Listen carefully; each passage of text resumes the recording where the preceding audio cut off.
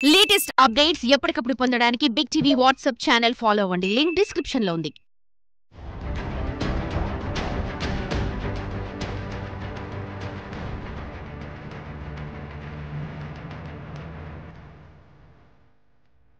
దేశవ్యాప్తంగా ప్రకంపనలు సృష్టిస్తున్న అదానీ విద్యుత్ కొనుగోలు వ్యవహారంపై రచ్చ పీక్స్కెళ్లింది. ఏపీలో మాజీ CM Jagan, SECI owner Adani మధ్య అవినీతి బంధం ఎంత బలమైందో కూటమి ప్రభుత్వం కనిపెట్టింది. విద్యుత్ కొనుగోళ్ల వ్యవహారంలో చాలా వేగంగా పనులు జరిగిపోవడంపై ఏపీ ప్రభుత్వం దర్యాప్తు ముమ్మరం చేసింది. ఒక్కో ఫైలు జల్లెడ పడుతున్న అధికారులకు కీలక సమాచారం అందినట్లు తెలుస్తుంది. విద్యుత్ కొనుగోలు ఒప్పందాల పేరుతో చేసిన కుంభకోణంలో ఎంత మోసం జరిగిందో క్లియర్ కట్ ఫిగర్ వచ్చేసినట్లే ఉంది.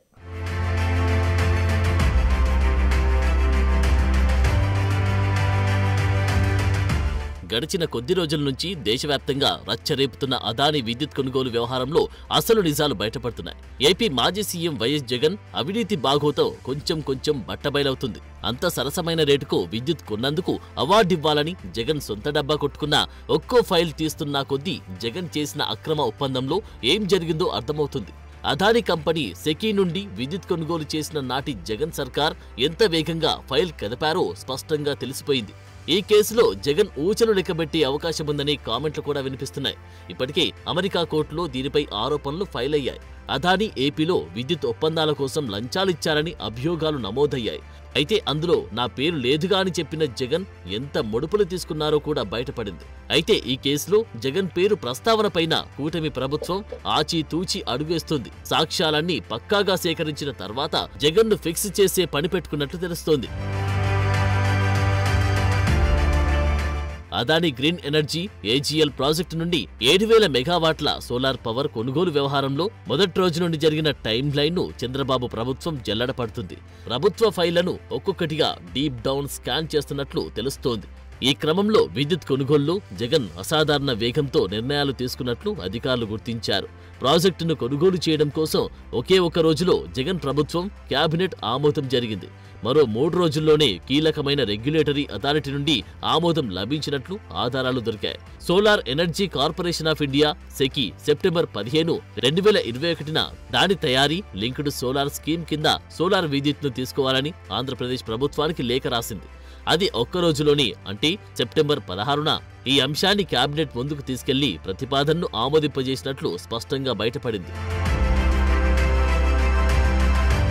ఇక నవంబర్ 5న క్యాబినెట్ ఆమోదం పొందిన నెలన్నర తర్వాత Andhra Pradesh central power distribution corporation APCPDCL, Andhra Pradesh energy regulatory commission ఏపీఈఆర్సీకి జగన్ సర్కార్ ఆదేశాలు పంపింది. సోలార్ విద్యుత్ కొనుగోలు ప్రణాళికతో ప్రభుత్వం ముందుకు సాగాలని సూచించింది.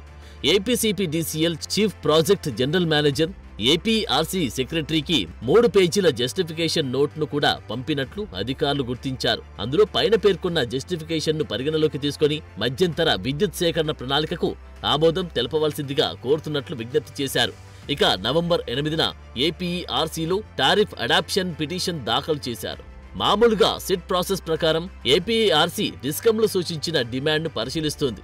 రాష్ట్రానికి విద్యుత్ అవసరమా లేదా అనే విషయాన్ని కూడా పరిశీలిస్తోంది. నిర్ణయం తీసుకోవడానికి ముందు పబ్లిక్ హియరింగ్లను కూడా నిర్వహిస్తోంది. నిజానికి ఈ ప్రక్రియ నెలల సమయం పట్టవచ్చు, కానీ ఈ కేసులో అలా జరగలేదు. సూపర్ స్పీడ్తో జగన్ సర్కార్ అన్ని పనులు చక్కబెట్టింది. సెమ్కార్ప్ ఎనర్జీ ఇండియా నుంచి విద్యుత్ను సేకరించడానికి డిసెంబర్ 2021లో దాఖలు చేసిన ఇలాంటి టారిఫ్ అడాప్షన్ పిటిషన్ ఆమోదం పొందడానికి చాలా కాలం పట్టింది. 2022 ఏప్రిల్లో పబ్లిక్ హియరింగ్ తర్వాత జూన్ 2022లో ఏపీఆర్సీ ఆమోదం పొందింది. అయితే ఈ ఏజీఈఎల్ కేసులో ఆమోదం 3 రోజుల్లో రావడం ఆశ్చర్యం. నవంబర్ 11వ తేదీకి ప్రయత్నాలన్నీ రెడీ అయ్యాయి. టారిఫ్ అడాప్షన్ పిటిషన్ను కూడా ఏపీఆర్సీ వెంటనే ఆమోదించింది. అప్పటి జగన్ ప్రభుత్వం అదే ఏడాది డిసెంబర్ 1న సెకీతో విద్యుత్ సరఫరా ఒప్పందంపై సంతకం చేసింది. కొన్ని నెలలు పట్టి ఈ వ్యవహారంలో మొత్తం తతంగాన్ని 2.5 నెలల్లో ముగించేశారు. కాబట్టి ఏజీఈలో విద్యుత్ కొనుగోలు ఒప్పందాన్ని రద్దు చేస్తూ నిర్ణయం తీసుకున్న తీరుపై విచారణకు సిఫారసు చేయాలని చంద్రబాబు ప్రభుత్వం ఇప్పుడు సెకీకి లేఖ రాయడానికి సిద్ధపడినట్టు తెలుస్తోంది. ఇందులో భాగంగా 7,000 మెగావాట్లు అసలు అవసరమా లేదా అని కూడా కూటమి ప్రభుత్వం పరిశీలిస్తోంది.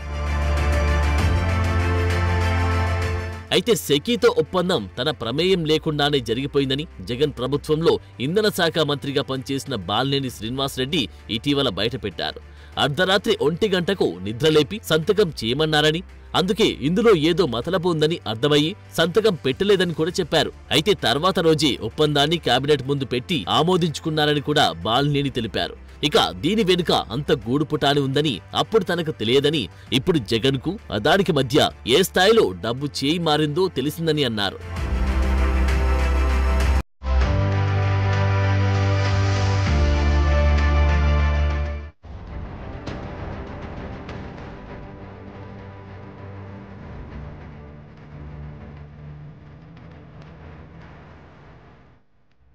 అధిక ధరల కారణంగా సెకీ నుంచి విద్యుత్ కొనుగోలుకు ఏ ప్రభుత్వ సంస్థ ముందుకు రాకపోవడంతో అదానీ గ్రూప్ లంచాలు ఎరవేసిందని అమెరికన్ ప్రాసిక్యూటర్ ఆరోపిస్తుంటే జగన్ మాత్రం అందరికంటే తక్కువ ధరకు నేనే కొన్నానంటూ బుకాయిస్తున్నారు. చివరికి కేంద్ర సంస్థ సెకీని అడ్డం పెట్టుకుని నాకు సంబంధమే లేదన్నట్లు తప్పించుకునే ప్రయత్నం చేస్తున్నారు జగన్. ఇక ఇప్పటికే జగన్కు ఇంత ముడుపులు అందాయో తెలిసిపోవడంతో పాటు బట్టబయలైన జగన్ బండారంలో పక్కా సాక్ష్యాలు అందిన తర్వాత ఊచలు తప్పవని గుసగుసలు వినిపిస్తున్నాయి.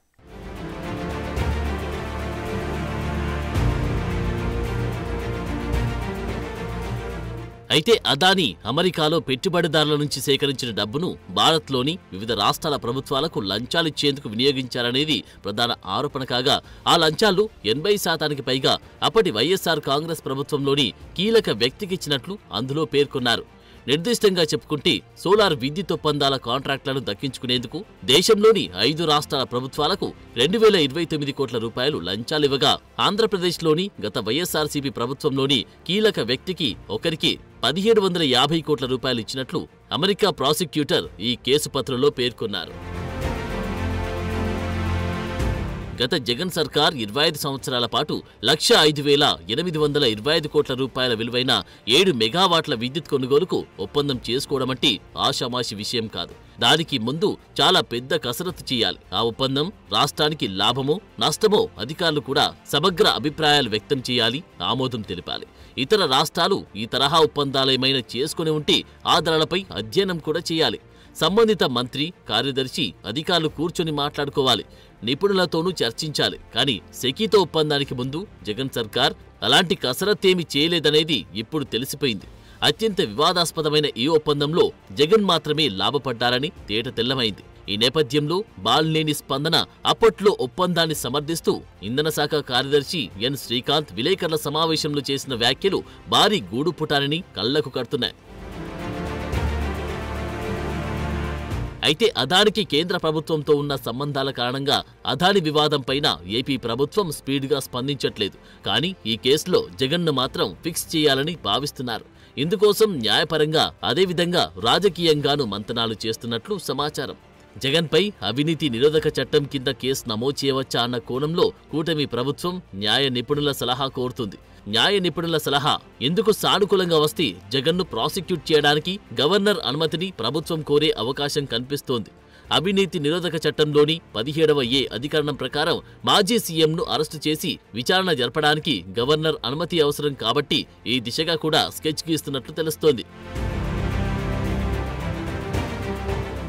మరోవైపు విద్యుత్ ఒప్పందాల విషయంలో జగన్ కేంద్రాన్ని నిర్మోహమాటంగా అడ్డం పెట్టుకుంటున్నారు. కేంద్రం చెప్పిందని, తాము ఒప్పందం చేసుకున్నామని అదానితో సంబంధం లేదని జగన్ వాదిస్తున్నారు. సెకీ అదాని దగ్గర విద్యుత్ తీసుకుంటుందో, మరి ఎవరి దగ్గర తీసుకుంటుందో తమకు సంబంధం లేదంటూ జగన్ చాలా పక్కాగా కేంద్రాన్ని, కేంద్ర ప్రభుత్వ సంస్థ అయిన సెకీని సేఫ్ గార్డ్గా వాడుకుంటున్నారు. అలాగే అమెరికా చార్జ్ షీట్లో తన పేరు లేదని చెప్పుకుంటున్నారు. కానీ లంచం తీసుకున్నట్లుగా FBI నేరుగా నిర్ధారించిందన్న సంగతిని కూడా జగన్ ఒప్పుకోవట్లేదు. అదానితో విద్యుత్ ఒప్పందాలే లేవు కాబట్టి ఆ లంచం గురించి కూడా అడగొద్దన్నట్లుగా ఉంది ఆయన వ్యవహారం. అయితే నిజాలు ఒప్పుకోకపోయినంత మాత్రాన నిజాలు కాకుండా పోవు. కేంద్రం అంతర్గతంగా అయినా ఈ లంచాల వ్యవహారంపై విచారణ చేస్తుందో లేదో కానీ ఏపీలో కూటమి ప్రభుత్వం మాత్రం దీన్ని తేలికగా వదిలిపెట్టదు. ఇప్పటికైతే జగన్కు వచ్చిన నష్టమేమీ లేకపోయినా జగన్ ఏ రూపంలో లంచాలు తీసుకున్నారో బయటపడిన తర్వాత ఆయన్ని కాపాడడం ఎవరి తరం కాదన్నది నిజం.